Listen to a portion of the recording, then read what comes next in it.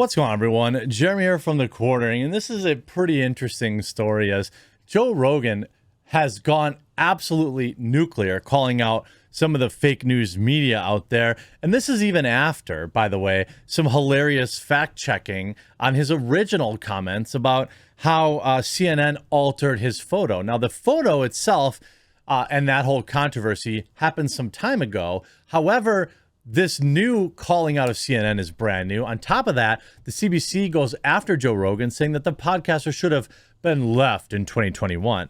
Make no mistake about it whatsoever, friends. The reason the media, and by the way, I don't agree with everything Joe Rogan says. I respect his hustle. I respect his platform. I respect his reach. But there are plenty of things him and I would disagree on.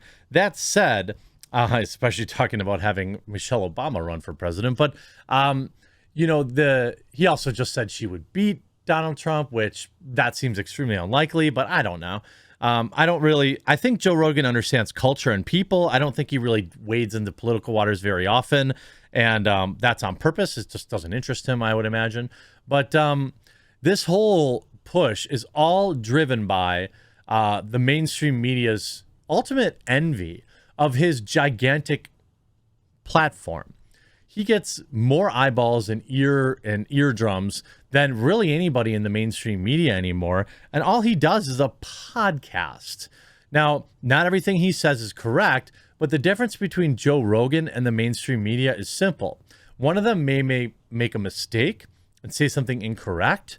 They usually then correct it. That's Joe Rogan. And the other one will, in my opinion, knowingly say things that are incorrect, not apologize for it, double down, and then tell you you're the crazy one if you disagree with it. Now, this latest push from Joe Rogan is absolutely warranted. You see this article here. Joe Rogan claims CNN is up to yellow journalism after altering his announcement video. This is when he announced that he was sick. This is a brand new article from yesterday, January 9th. Rogan's comparison video shows the original video on the bottom and a version that appeared on CNN, which appears discolored, with Rogan appearing more sickly. Well, yeah. I think he posted this to his Instagram. That's right. He posted it on his Instagram. And this is absolutely the stuff that people need to do. Side-by-side video, you can just see, look at the tree. Don't look at his face. Look at the leaves on the tree. You could see how the color's muted. There was definitely some color correction here that happened on purpose. I mean, he looks like a, I don't know. He looks blue. You see a lot of the comments, yellow journalism, fake news. In the world of scientific publishing, image manipulation of that sort would be considered worthy of a permanent ban from publishing and major legal responsibility. 20,500 likes. I mean, single-handedly crushing their credibility. Doesn't surprise me. They filter everything. By the way, this one video has 1 million likes. Well, 865,000 likes. That's more people than watch CNN. They hit you with the zombie filter for the scaries. Wow, shake my head. Here's Michaela Peterson. Amazing. What would life be without fake news? What kind of filter is that? I think CNN is using the new Coof filter on Snapchat. This is just the tip of the iceberg of their lies and distortions. Is this real? Yes. We're all sick of this crap. Ha ha ha. Is that real? No way. People are so shocked and appalled.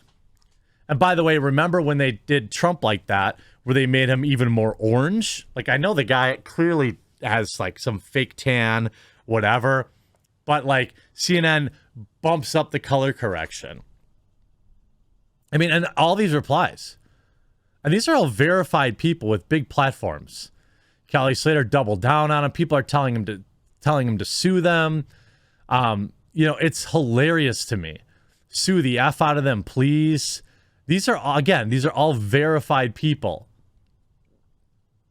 Did they apply a vegan filter? Craziness. The work that Joe Rogan is doing. I'll rip Bob Saget, yeah. The work that he's doing to constantly make it very obvious that the mainstream media does not care about the truth is invaluable. Rogan posted a comparison video on Instagram on Friday with the caption "Yellow Journalism," accompanied by the hashtag fake news. The video was originally posted to his account in September, where he announced that he was sick. Rogan's comparison shows on the bottom, and we talked about that. Shortly after the video had been published in September, the Associated Press fact-checked claims that CNN's video had been altered. The Associated Press came to the conclusion that CNN's video had not been altered. And yes, that does exist. No evidence video color was manipulated in the CNN news segment. Really? Really? Do my lying eyes deceive me? If you're on audio only, by the way, the bottom video is clearly Joe Rogan, and the top video is some sort of claymation rendition of Joe Rogan. The difference between the two is so obvious that I would feel very strongly that if you filtered out colorblind people, actually, they could probably still see the shade difference. If you asked 100 people on the street, 100 of them would say that these two are very clearly different. This type of color shading difference doesn't happen when you just download a video and re-upload it. This is purposeful.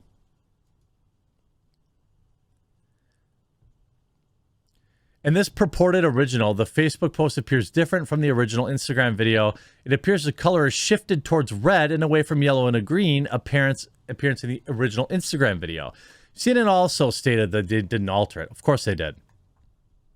Of course they did. I don't believe for a second that they didn't. On this, CBC goes after Joe Rogan, says he should have been left in 2021. The article titled Seven Things About 2021 That We Hope Would Go Away and Never Come Back lists off Margaret Atwood's phobia, NFTs, the billionaire space race, all the trends that should be left in the past.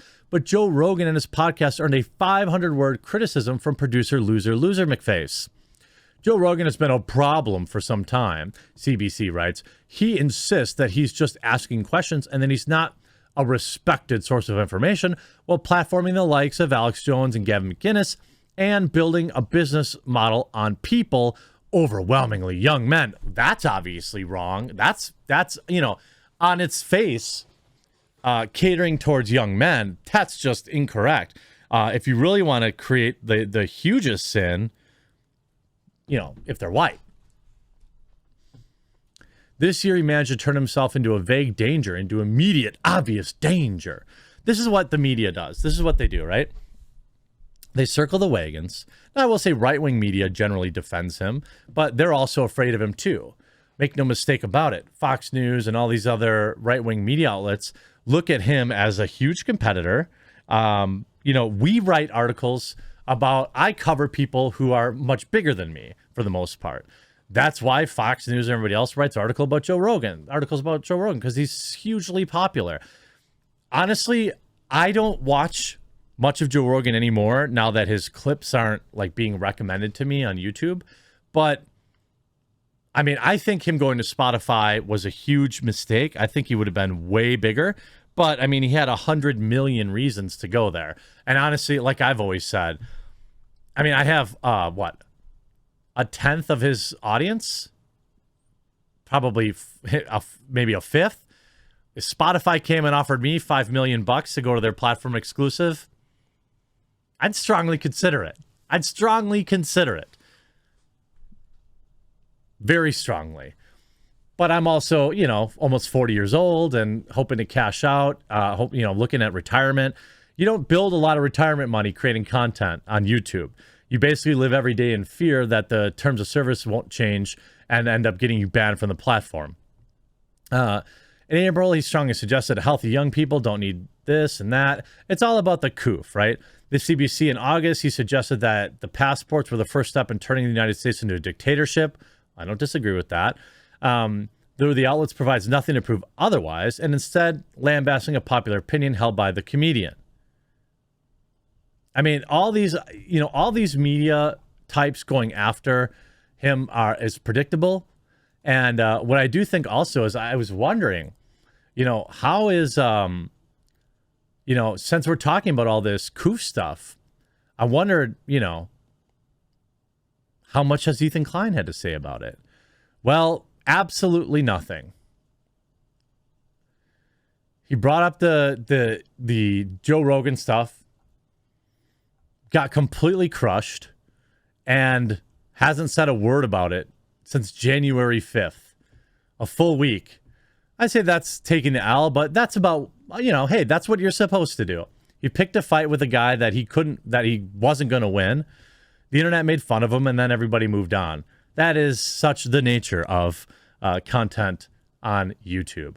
I hope you enjoyed this video. We'll talk to you again real soon.